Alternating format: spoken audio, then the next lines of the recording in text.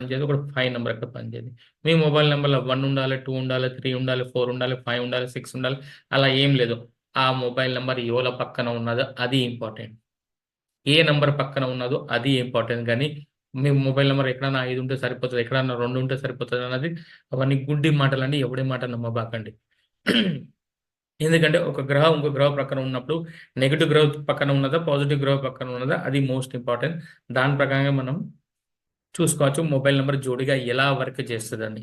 ఎందుకంటే ఇప్పుడు కంపల్సరీ ఏదైనా జోడి పనిచేస్తుంది. దానివల్ల నెగెటివ్ నంబర్ చెప్పామనుకోండి, అది మీ దగ్గర ఫోన్‌లో ఉన్నప్పుడు ఆ రకంగా వర్క్ చేస్తాందా లేదా చూసినంకనే మీరేదైనా నిర్ణయం తీసుకోవచ్చండి.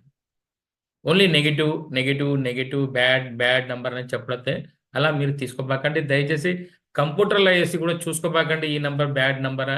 గుడ్ నంబరా అని. మీకెక్కడో నెట్‌లో ఏసేస్తే ఎవళ్ళు ఏ రకంగా దాన్ని ఫిట్ చేశారో ఆ రకంగానే చెప్తారండి.